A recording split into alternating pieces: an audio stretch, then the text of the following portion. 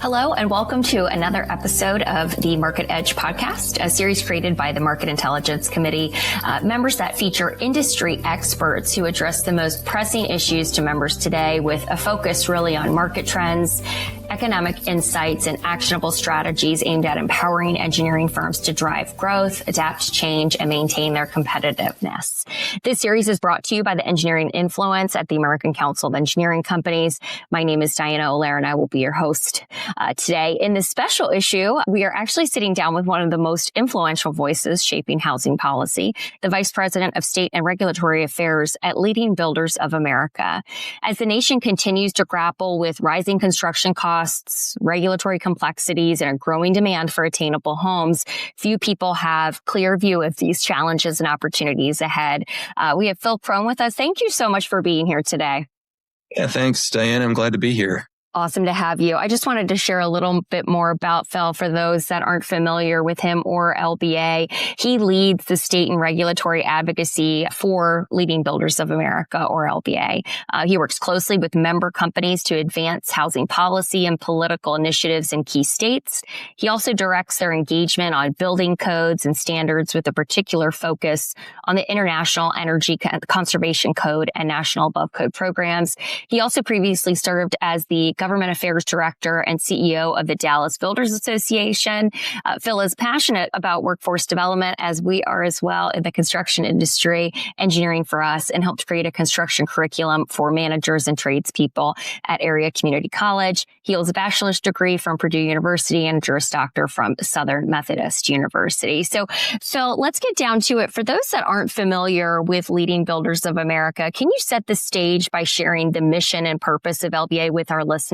Yeah, you bet. LBA, we're a CEO-led trade association, so similar to a business roundtable and how we're comprised. And the organization is comprised of 22 member companies. Collectively, they sell about 350,000 new homes annually, and close to about half of all the new homes that are sold in the U.S. in any given year. And our purpose is very straightforward, just to preserve home affordability for American families. And we do that by engaging in federal and state policies that directly affect the cost and feasibility of building homes. Very similar to ACEC and our member base as well. And right now, the biggest thing that's coming through in this latest news cycle is housing affordability. And I understand from you that this is even more important because the president's expected to speak at the World Economic Forum on this as well, which I believe is happening now. But why don't you tell us, how is the White House, or at least from your lens, expected to address the affordability issue? What's the latest coming out of Washington, and what are we expecting to hear? Sure. Diana, I think expected is probably the key word right now. President is expected the day after this is being recorded in Davos to lay out his vision for housing. We'll see how much in detail and in substance he gets into about that or Greenland or something else. I'm sure there'll be a little bit on everything. But overall, though, the White House has what we feel is a pretty good plan in the works. I mean, it has the right diagnosis for the problem. The housing affordability crisis is mainly a supply problem, and prices are high because we've spent decades making it too hard, too slow, and too expensive to build homes, especially starter homes that really, when we call this a housing affordability crisis, it's actually best described as a housing policy crisis because of all those aforementioned encumbrances. In fact, about $94,000 of the cost of single family home come from regulations alone. Some of those are reasonable and deal with things like life safety, but many are not.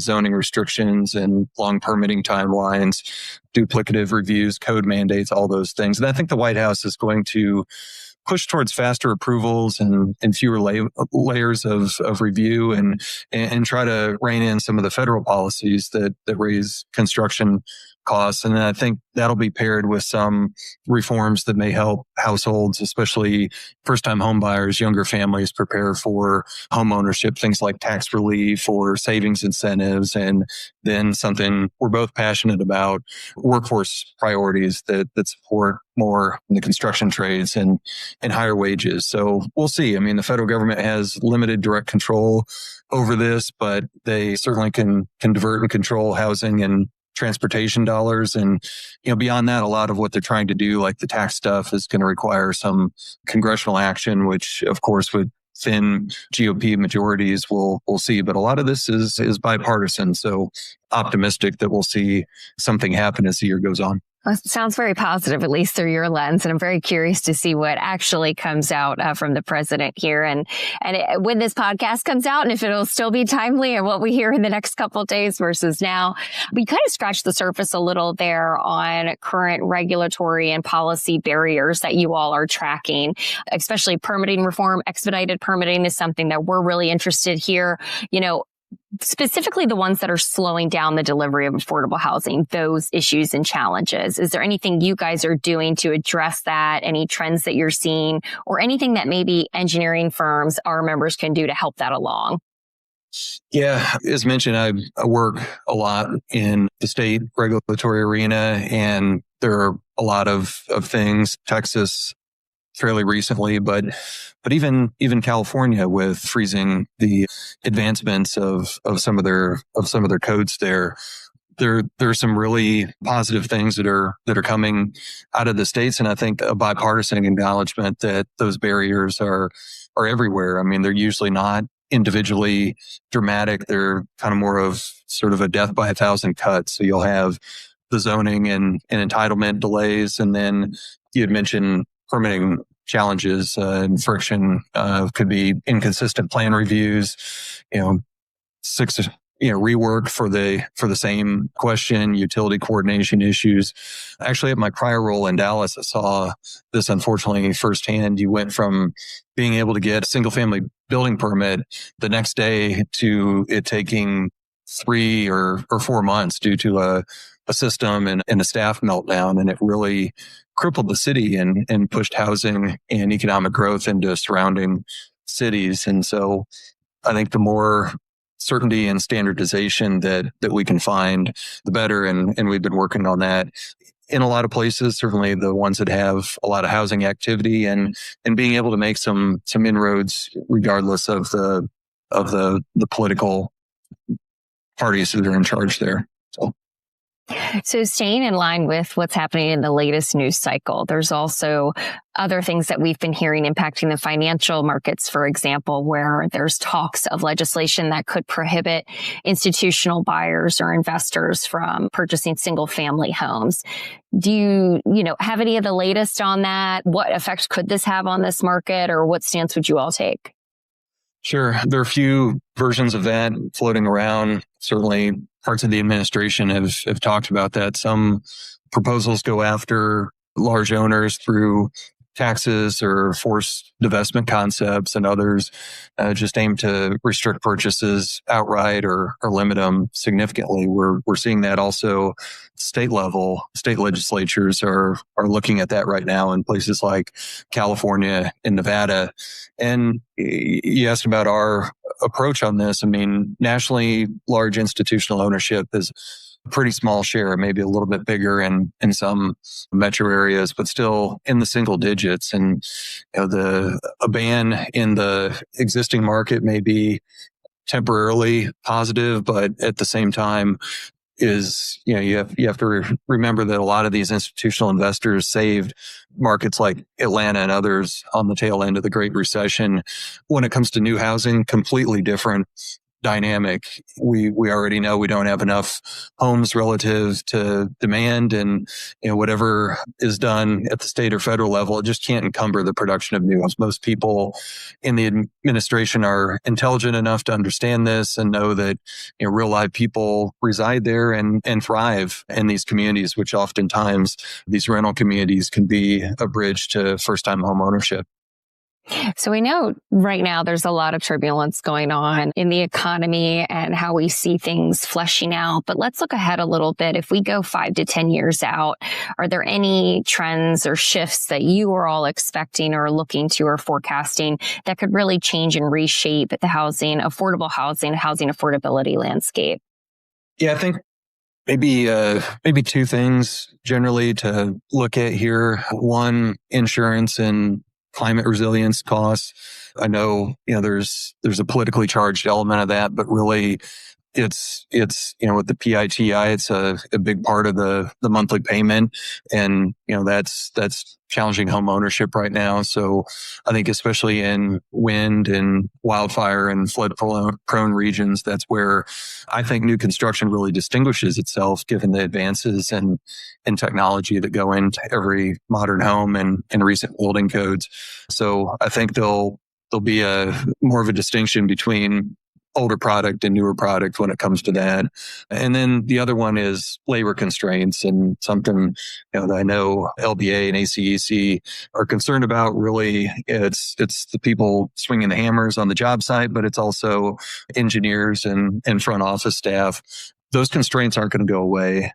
They really, I think, will push on one hand our industry to find ways to, as we have been doing, to do more with less on the job side. And so I think there's also a push that's going to come with AI starting to move into a lot of the white collar jobs. I think that may help bring back shop class and elevate the type of well-paying jobs that are in short supply. And I think maybe replenish our construction trades, because it's going to be as much of craftsman or craftswomanship job as it is technology driven. When you look at, being a plumber, being an electrician, all these things that are becoming a lot more sophisticated than they were, and always in short supply. So the first one you brought up kind of centers around that energy sustainability, energy efficiency. Do you think the industry can handle both while also addressing the urgent need for affordable housing? Is that going to delay it, make houses more expensive? Do you think that both can be done?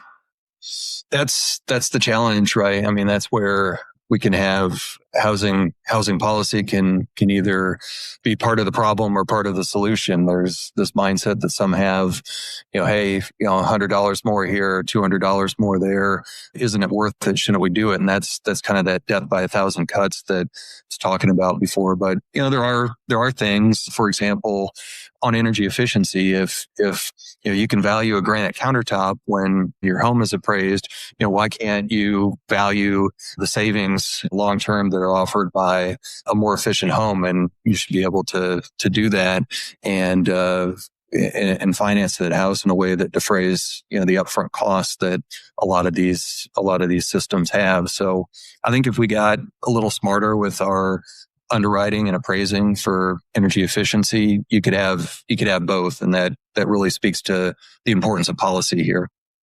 All right, let's stick with the design and housing design conversation for a second. Is there anything that we're looking at change-wise in how homes are designed, whether that's through modular construction or any alternative materials? Are you seeing any trends there? Yeah, there are a lot of small improvements that are coming kind of under that theme that I was talking about before. Assembly more than fabrication. There are a lot of kits for systems that are modified in the factory for every nuance and the design. I was talking earlier this week to a company that does that with PEX piping in the plumbing space. I also think window technology is likely to advance pretty significantly fairly soon. Everything else on the building envelope, certainly insulation, especially fiberglass insulation has really reached the edge of its evolution. So the only real laggard there is window technology, but I see that catching up. And then also load management for electrified homes. It's hard to get the utility company to give you a bigger meter to the house with, the overall challenges that we have for the grid. So, okay, well then how do you dry your clothes at the same time you're cooking dinner, at the same time you want to charge your EV if you have one for the next day? There's a lot of cool things that are coming out to try to manage that situation, some of which are fairly expensive now, but I think as it scales up, there's there's going to be some more innovation and competition there. You took my next question from me, but I'll see if there was anything else we wanted to add. And that was innovation in infrastructure, which would be most of interest to our engineering firms. So anything else that is trending for innovation in stormwater or transportation surrounding housing development or any utilities?